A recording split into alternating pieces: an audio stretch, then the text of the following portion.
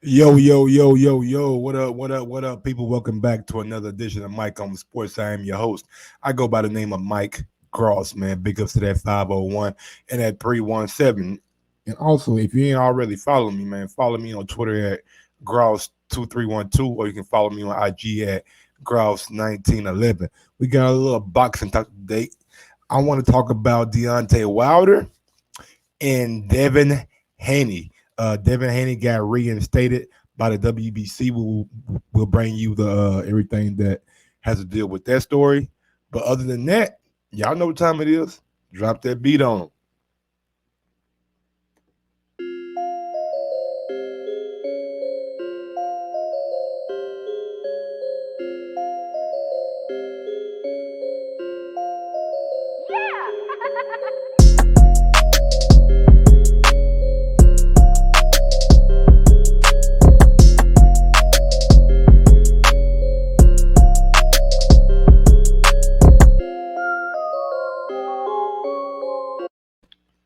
And we are back, man. We are back. We are back. We are back. Shout out to everybody out there who joining the stream, who watching the video. I appreciate it. Don't forget to smash that thumbs up button. Before we get into this boxing, man, oh my God, man, this coronavirus is fucking with your boy. My whole sleep pattern is off. I ain't been to sleep all night. If you look at my eyes, you can tell your boy is over here struggling right now. And it's funny because I tried to lay down for a second and I, I wasn't even tired. I was like, man, I'm rolling around my phone and shit. And then not being tired, that insomnia, it led me to get on my fucking phone and I just went down a fucking wormhole. It seemed like I started looking at Logan Paul shit. I would just, it started off by me looking at ways to improve my YouTube channel. You know what I'm saying? What can I do to get the subs up, to just improve the quality of content that I put out. So I figured, shit, let me go look at Logan Paul shit. You know what I'm saying, see what I can take away from him and what he does. But then I started watching the video. I watched a little Maverick documentary, and that led me up to the fights and shit. And then I was just like, all right, man, enough of this shit. And then instead of me backing out, I started. I just scrolled down, and I came across this fucking KSI diss song. I'm like, damn, who dissing my boy KSI? Then I read the name. I said, DG, what the fuck, DG, Deji? No disrespect, young man, but I was like, damn, okay, all right, and I clicked on it. You know what I'm saying? What it was? I said, nah. I seen a KSI post, and I seen he was dropping music with Smoke Perp and Lil Pump. I'm like, bro, he get a lot of niggas on his record, and these ain't no cheap dudes. You know what I'm saying? Who he getting on his records and shit. I'm like, man, fuck it, man. How this shit sound? You know what I'm saying? How this shit sound?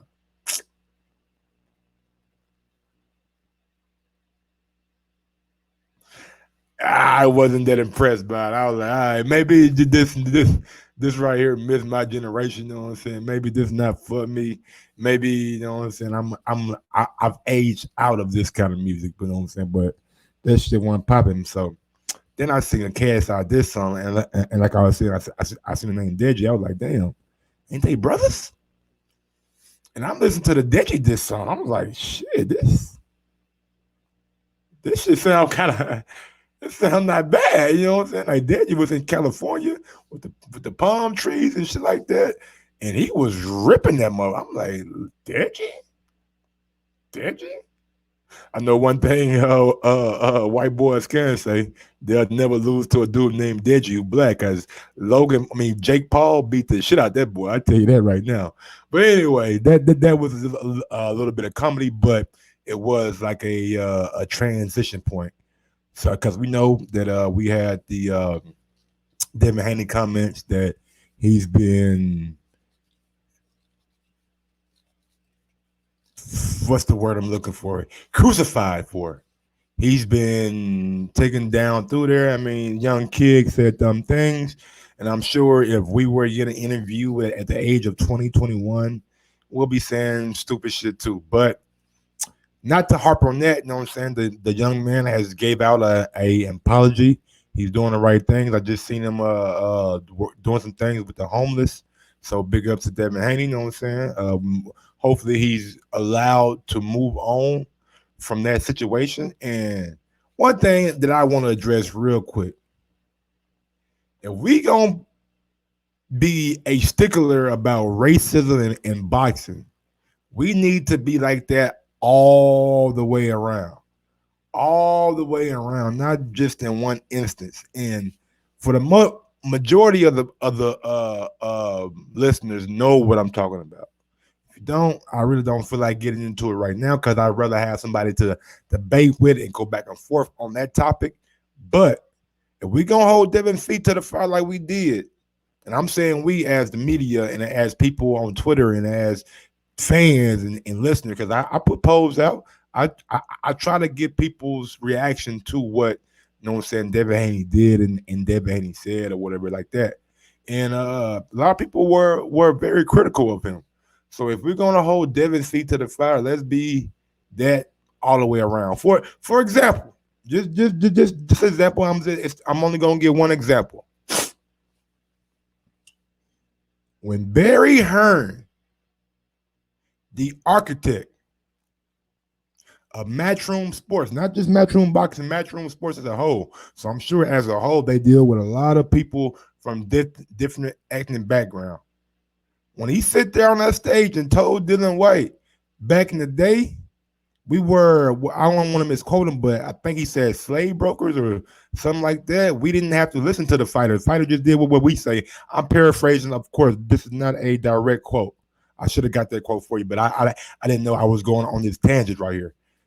We need, as a media, we're going to hold a 21-year-old, 22-year-old kid to the fire.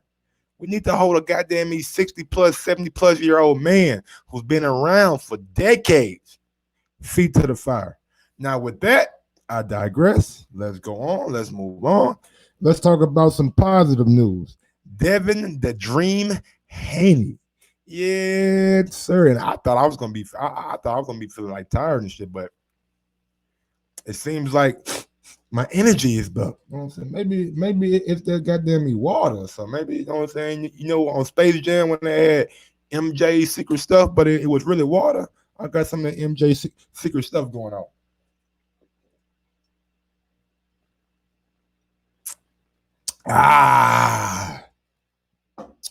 But Devin the Dream Haney, according to the WBC website, they put out a post and it says status of WBC lightweight division. And it goes into a nice, lengthy paragraph. At its 57th WBC annual convention in Cancun, Mexico, the WBC Board of Governors designated Vasily Lomachenko as WBC franchise champion and elevated the reigning WBC interim lightweight champion Devin Haney to WBC World Lightweight Champion. The WBC then approved a fight on November 2nd between Javier Fortuna and Jesus Cuellar of Argentina as a final eliminator to determine the mandatory challenger of the lightweight division. Fortuna defeated Cuellar and became mandatory for challenger for Haney. On November 9, 2019, Haney defeated Alfredo Santiago in a voluntary defense. On December 13, 2019, Devin Haney was put in champion in recess due to his injury. On January 27, 2020, Fortuna and Campbell teams officially notified the WBC that they had reached an agreement concerning the fight, and the fight was scheduled for April 14th. In light of the ongoing pandemic, we all know the fight did not happen. On March 23rd, the Haney came officially notified the WBC that the champion Haney has completely recovered from his injury and was willing, ready, and able to fight. On April 8, 2020, per the WBC specific request, the Haney camp produced to the WBC medical clearance documentation that confirmed that Haney is fit to box and to resume his career. The WBC rules and regulations give the WBC the absolute discretion to designate champions and mandatory contenders. For this crisis, The WBC Board of Governors conducted a vote which resulted in the following. The first, reinstate Devin Haney as WBC champion. 2, grant champion Haney a voluntary defense of that championship. 3, sanction the Javier Fortuna Luke Campbell bout for the WBC interim lightweight title. 4, order the winner of the champion Haney voluntary defense to fight the winner of Fortuna versus Campbell bout immediately after that voluntary defense takes place without any intervening bout. So, Devin Haney got reinstated. Big ups to the dream. You know what I'm saying? Let me put my guy on the screen right quick and give him his banner. You know what I'm saying? He deserves his banner. He gets reinstated. And also, he gets a voluntary defense, you know what I'm saying, to work out that injury. And then Fortuna and Campbell are still going to fight. They'll fight for a interim title, which I don't understand. Why not just fight for a mandatory position? But I do understand that the sanction bodies are greedy, and they anytime you can put a belt with a fight, then that attracts more money for your sanction body. So it is what it is. And lastly, the winner of both fights will be scheduled to fight each other immediately with nothing in between. So I like what I've seen for the WBC. Not really liking the interim aspect, but other than that, I think they did the right thing, getting their champion back reinstated. I think they even did him a favor by giving him a voluntary title defense, you know what I'm saying, before he has to fight the mandatory challenger. And maybe they did that because they didn't want the Fortuna and Campbell fight to be off, and in the interim, Devin Haney can get an interim fight. So I understand that too. But yeah, man, good job by the WBC, man. Other than that, we can go ahead and move on. Now, for the moment you all been waiting for, I know you guys seen the title. I know you guys was out there like, oh, Mike out here doing shows about his boy. He doing shows about the one and the only. He go by the bronze bomber Deontay Wilder. Yes, sir. And we just asking, man. We asking a question, and this question was inspired by an article that I read on Boxing Scene. They were talking to Tony Bellew. And I'm gonna just read the article for you. You know what I'm saying? We ain't gonna go through it. We got plenty of time. We can go through it and shit. So no big deal. But the question is, my question, and I'm gonna let you guys ponder on this while I get to the article. Is Deontay Wilder's career over with another loss to Tyson Fury? So you guys think about that. Let that ponder. Let that sit. Leave me a comment below and let me know what you think. But let's get into the story that inspired this comment, man. Shout out to the Boxing Scene, and big ups to Tony Bellew for his what can I say, for his point of view on the subject.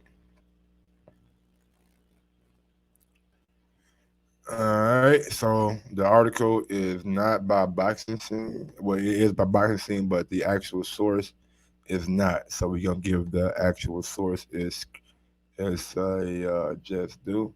I'm pretty sure it's probably gonna come from IFL TV. Let me see. All right, never mind. It's Colin Murray's 52 podcast. You know what I'm saying? So big ups to Colin Murray. I have no idea what the fuck is going on with that. I don't know who that is, but big ups to him. We all know that Deontay Wilder has already exercised his immediate rematch clause, which is going to force a third fight with Fury in the fall. It was slated for July, but then it was pushed back due to the pandemic. Beyond Fury, Bellew expects Wilder to return to his position of being one of the top fighters in his weight class. Bellew is backing him to do this because he doesn't believe other boxers in his weight class will be able to execute the same game plan that Fury can.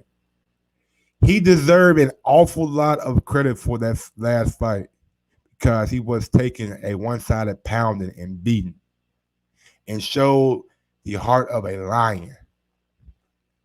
Not anybody can carry out Tyson Fury game plan. So don't think this guy will come back and everyone can do that to him. That's not going to happen. Very, very few will be able to dictate the pace and dictate the range to Deontay like Tyson Fury did. Tyson Fury is a master boxer. Now that led me to this question right here, and I'm just looking at the glass half full, well, half empty or whatever, however the fucking expression go. And I'm being pessimistic right now. And I've seen a lot of people out there, you know what I'm saying, that's written Deontay Wilder off. Oh, he's a fraud. He's been exposed. Guys, leave me fucking comments on the video. He's been a dosser. He's been exposed. He'll never be the same. He's the biggest fraud in boxing. People, he's a bitch. A lot of people, he's a bitch. That's what people said about Deontay Wilder. That's what Joshua said about Deontay Wilder. And everybody got on his fucking coattail and ran with it. Not everybody, but a lot of the Joshua supporters, the Joshua Hive, whatever you want to call it. The AJ, you know what I'm saying? The landlords, you know what I'm saying? The tenants, you know what I'm saying? They came out and they was like, yeah, Deontay, he's a pussy. He's a bitch. He's not real. His career is over it. Fury exposed him. Now look, Fury went in there and he did exactly what he said he was going to do. He put in a masterful game plan, a masterful performance, and he got a lot of people that were rooting for Deontay Wilder and pulling for Deontay Wilder in the second fight, going into the third fight with a little bit more skepticism, you know what I'm saying? Maybe, you know what I'm saying, a little bit more caution. You know what I'm saying? We got to see what Deontay Wilder does, who he brings in, and how focused he is on his next fight with Fury. But besides all that, there are very few fighters out there. And put the goddamn camera on me. I want them motherfuckers to see my face. Oh shit. I'm not Deontay.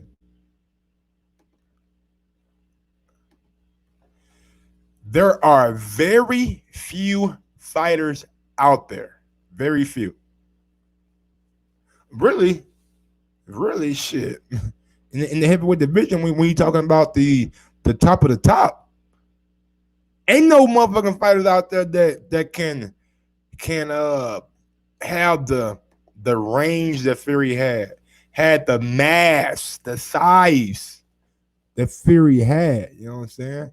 So with that being said, if Deontay Wilder is not fighting somebody who's taller than him, I think that's probably the biggest difference in this fight. You know what I'm saying he's normally able to dictate the range. In this fight, he wasn't able to dictate the range. So a lot of things that he's going to have to really do to really get on the inside, man. You know what I'm saying? Fake or do some feints or something like that. But that's beside the point. So with that being said, is Deontay Wilder's career over? If by some miracle he loses to Fury again, and yeah, I said miracle. Yeah, I use that word. I'm just poking a little fun. No, absolutely, positively not. Muhammad Ali lost more than once. Mike Tyson lost more than once. And god damn it, I hate to do this, but quick sidebar. If you have not watched Mike Tyson on TI Expeditionally podcast, I can't even say the word, Expeditionally podcast, then you need to go out and check that out. That is a very, very, very good show right there. I mean, well, good episode. But back to it. Mike Tyson lost more than once. Lennox Lewis lost more than one time. Vladimir Klitschko got a couple losses. So to say if a guy loses to one guy twice or a guy loses again, his career is over with. I think we're just moving way, way too fast. We got plenty of life left to live, baby. 2020 ain't gonna be the last year on this earth. We don't know what 2021 might bring. Andy Ruiz shocked the world last year. Shocked everybody in the boxing world last year. Boxing is the theater of unknown playing out right before our very eyes. And we don't know what's going to happen. So to say Deontay Wilder is, and I know nobody's saying that, you know what I'm saying? This is just a question that came from me that I was just taking all of the energy that I was getting from all the comments and DMs that I was getting about Deontay Wilder. Hey, he's a fraud, he's this and that. I'm saying another loss would not end Wilder's career. Joshua said that he still wants to fight Wilder, no matter if he has the belts or not. He still wants Wilder to be on his checklist, and to call the man a bitch tells me you got some kind of animosity towards him that you want to get off your chest.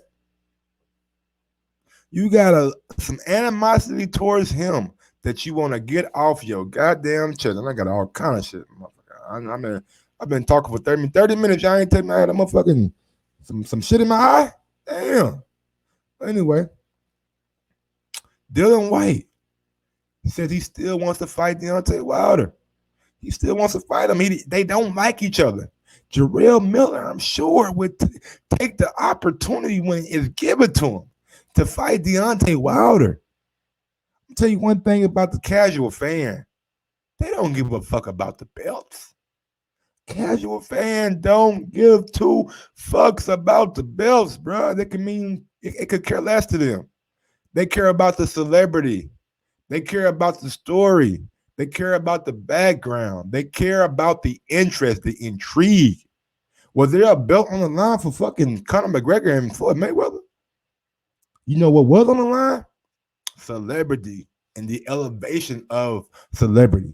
And one guy, honestly, both guys didn't take a shot at the celebrity. I think Conor McGregor probably elevated his celebrity fighting for Mayweather. He came back with a liquor and his shit, got his shit sponsored on the UFC match. So he definitely, you know what I'm saying, didn't take no shot at his celebrity. And Floyd, we all know, Floyd Mayweather. He is by far one of the best boxers that we have ever seen do it. Time again, he showed up on the night and got the job done. But yeah, like I was saying, man, casual fans, bro, they don't care. They care about the person if they're invested in you. Mike Tyson was knocked out by Evander Holyfield. Came back and did a pay-per-view with Lennox Lewis. I'm not making this shit up. I'm not making it up. I can remember as a kid, you know what I'm saying? Like when I was like a teenager. I'm watching. Well, I'm not even watching. You know what I'm saying? I'm watching the post-fight interview on SportsCenter or something like that. And Mike was just like, I'm like, damn, Mike eyes all puffy and shit. Like, I was like, God damn. I thought he was supposed to be a bad motherfucker. And then Lewis just whooped his ass. You know what I'm saying? That right there showed me that just because you take a loss or you perceive as invincible, you know what I'm saying? That's not the case. But I do want to say one thing about being invincible. Maybe Deontay Wilder's prestige or mystique with another loss, maybe that diminishes a little bit. Maybe that mystique of the baddest man on the planet evaporates a little bit. Maybe fighters are not as frightful of their right hand because they see the game plan that Tyson Fury did, and they feel like they can go in and execute it as well. So I think with a loss, it does hurt him, but I don't think his career would be necessarily over. You know what I'm saying? We've seen it in boxing too many times. A good comeback story, you know what I'm saying, is what sports is truly made of. You know what I'm saying? Like, we love a good comeback story. We love to see somebody come back and do their thing. I was a fan of seeing Michael Vick come back and do his thing with the Eagles, even though people were out there protesting and calling him everything under the sun besides a son of God. You know what I'm saying? That was calling him all kind of shit. But at the end of the day, I love to see him come back and do his thing.